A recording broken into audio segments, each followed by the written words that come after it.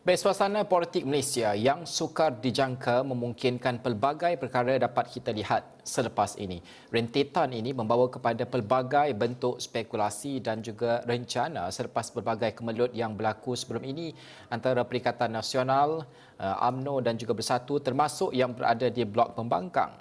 Dan apakah wujud perjanjian-perjanjian atau tuntutan baharu? Bagaimana ia akan menjadikan keadaan politik pada hari ini lebih stabil? Itu yang saya bincangkan pada jam ini bersama kita langsung melalui Skype ketika ini penganalisis politik Mujibur Muiz. Terima kasih saudara Mujibur kerana bersama dengan kami pada jam ini. Pertama sekali, melihat kepada senario politik semasa ini, kita mendengar perkabaran bahawa wujud lagi rundingan dalam kem UMNO sendiri untuk memberikan apakah yang mereka mahukan, dan juga syarat juga kita dengarkan kabarnya diletakkan oleh Tan Sri Muhyiddin sendiri untuk kerjasama yang lebih utuh dalam Perikatan Nasional itu. Apa bacaan pertama tentang rentetan situasi politik semasa, Saudara Mujibur?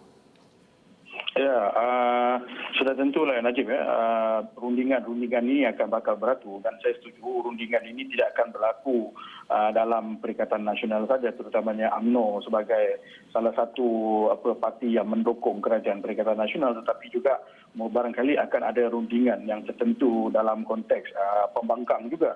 Apatah lagi selepas titah yang di-Pertuan Agong menyatakan bahawa tidak perlu sampai darurat dan perlu ada satu semacam kerjasama politik disebabkan kita masih lagi berdepan dengan krisis pandemik COVID-19 dan sebagainya.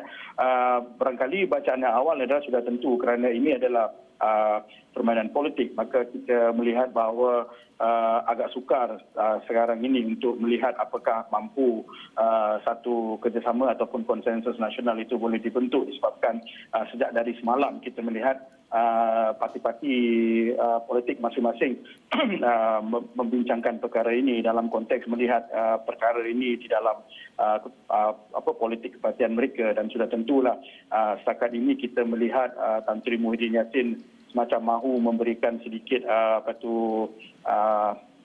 ketenangan politik dalam konteks dinamika politik Perikatan Nasional. Apatah lagi kita mendengar ura-ura bahawa akan ada timbalan Perdana Menteri yang akan diberikan kepada UMNO. Cuma Tan Sri meletakkan syarat bahawa bukan daripada mereka yang ada kes di mahkamah, tetapi ini barangkali agak berat untuk dipenuhi oleh UMNO kerana sudah tentu pilihan yang ada selain daripada Presiden Parti yang boleh dilantik kembali menjadi timbalan Perdana Menteri, maka ada dua pilihan yang lain, iaitu timbalan presiden ataupun naib presiden ataupun mengambil orang yang di luar daripada kepimpinan kanan Parti UMNO sebagai Perdana Menteri. Tetapi pada pendapat saya memang perkara itu barangkali perlu sekarang disebabkan sokongan UMNO ini sangat diperlukan dalam menentukan hala tuju dan juga pengekalan kerajaan Perikatan Nasional sebagai tonggak kerajaan. Saudara Mujibur, perjanjian, keyakinan juga pembekalan iaitu confidence and supply ini sudah kita bincangkan sebelum ini. Bagaimana untuk kita melihat dalam perjanjian seperti ini, mungkinkah akan wujud lagi tuntutan-tuntutan baru daripada bukan saja UMNO, malah parti-parti yang terlibat lain? Kita melihat mungkin parti-parti pembangkang juga menyatakan kesediaan untuk bekerjasama, tetapi sudah pasti dari aspek dan konteks politiknya mereka juga mahukan pulangan. Bagaimana ini boleh diimbangi dalam memastikan bahawa keyakinan itu dapat dilakukan dan juga kerjasama itu dapat dilakukan, tapi pulangan itu tidak menjejaskan semangat yang ingin dilakukan itu bekerjasama itu? Ya, dalam konteks sekarang memang jelas kerajaan yang ada itu perlu dukungan kepada semua pihak. Terdapat dua perspektif yang perlu diperhatikan. Sudah tentu satu antaranya adalah perbelanjaan perbekalan ini diperlukan dalam bajet 2021 bagi menampung kos untuk memerangi pandemik COVID-19 yang sekarang ini makin lagi menjadi-jadi, dan dalam masa yang sama juga belanjawan itu diperlukan untuk memberi dana suntikan untuk kembali memakmurkan ekonomi yang telah terjejas teruk selepas COVID-19. Cuma barangkali lah kalau dalam sudut parti pembangkang, ini adalah peluang terakhir mereka untuk menggagalkan dan sudah tentu untuk menjatuhkan kerajaan pimpinan Tan Sri Muhyiddin, kerana kalau perbelanjaan itu tidak diluluskan ataupun tidak mendapat majoriti mudah di parlimen, maka sudah tentu kredibiliti kerajaan itu telah jatuh dan barangkali boleh membawa kepada usul undi tidak percaya kepada Perdana Menteri. Walaupun begitu, saya rasa dalam keadaan sekarang benar kita tidak mampu untuk melihat satu lagi konflik politik yang besar dan sekaligus menjejaskan serta meruntuhkan kerajaan, maka apa yang patut berlaku adalah ada satu rekonsiliasi nasional daripada kerajaan yang ada yang didukung oleh semua parti-parti, tak kiralah parti kerajaan yang membentuk kerajaan sekarang ataupun pembangkang. Cuma persoalannya bagaimana Tan Sri Muhyiddin Yassin mampu untuk menawarkan pulangan-pulangan tertentu kepada sokongan ini, kerana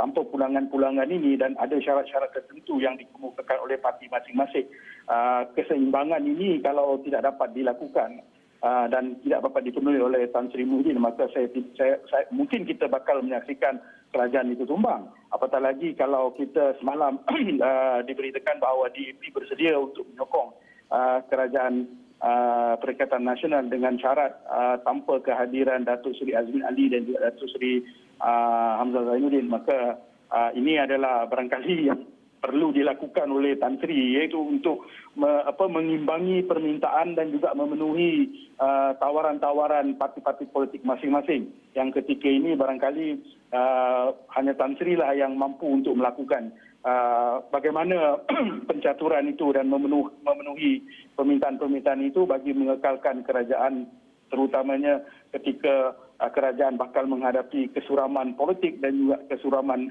ekonomi disebabkan COVID-19.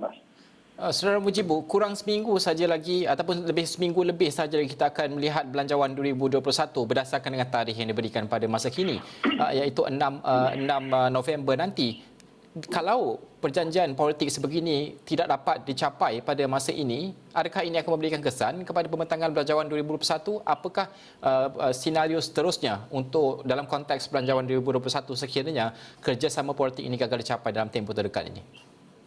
Ya, sudah tentu kalau ini gagal dicapai, maka implikasi terbesar adalah kredibiliti kerajaan itu sendiri. Dan kalau perbelanjaan ini barangkali gagal untuk dibentangkan dan diluluskan, maka kita terpaksa melihat perubahan kerajaan itu adalah yang terpenting bagi memastikan perbelanjaan itu boleh diluluskan, kerana perbelanjaan 2021 adalah perbelanjaan yang terpenting barangkali dalam sepanjang sejarah pembentangan perbelanjaan, kerana kita menghadapi masalah yang sangat serius dan belanjawan ini adalah salah satu cara untuk kita menyelesaikan permasalahan itu.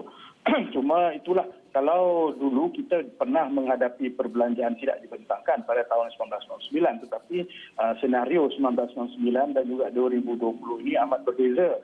Kerana 1999 parlimen dibubarkan dan selepas itu kerajaan kembali memerintah dengan walaupun berlaku permasalahan politik, tetapi kerajaan yang dibentuk pada ketika itu memiliki majoriti 2/3 dan perbelanjaan tahun 2000 dibentangkan dengan jayanya tanpa ada sebarang permasalahan. Tetapi pada ketika ini memang kita tidak memiliki majoriti itu, dan bila tidak memiliki majoriti maka kita memerlukan konsensus di atas semangat bahawa negara sedang berhadapi dengan krisis dan masalah, maka sokongan-sokongan 222 ahli parlimen itu barangkali diperlukan untuk itu.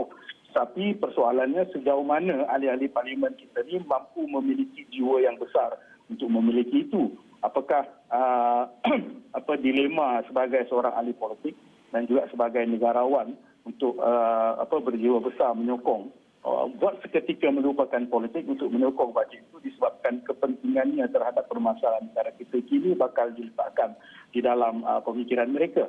Ataupun kalau mereka masih lagi ingin bermain politik, maka seperti mana yang saya katakan tadi, Najib, barangkali kita akan menghadapi krisis politik yang terbesar sehingga melibatkan pembubaran kerajaan, dan barangkali kita berharap itu tidak berlakulah untuk tempoh yang terdekat ini. Ya, itu yang paling penting sekali. Kita akan melihat sejauh mana dan juga sebesar mana jiwa ahli politik kita ini demi memastikan kelangsungan hidup rakyat Malaysia pada ketika kita berdepan pandemik COVID-19. Terima kasih Saudara Mujibu membincangkan perkara tersebut.